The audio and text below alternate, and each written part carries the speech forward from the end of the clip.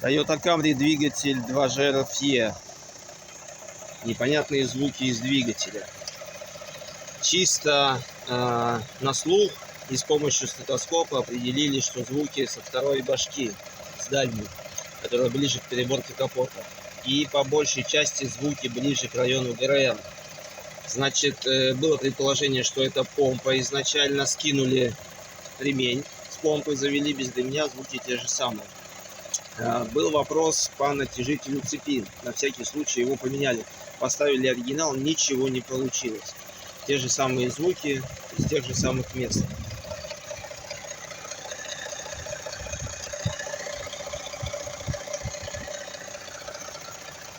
Будем снимать двигатель, вскрывать дальний уголок.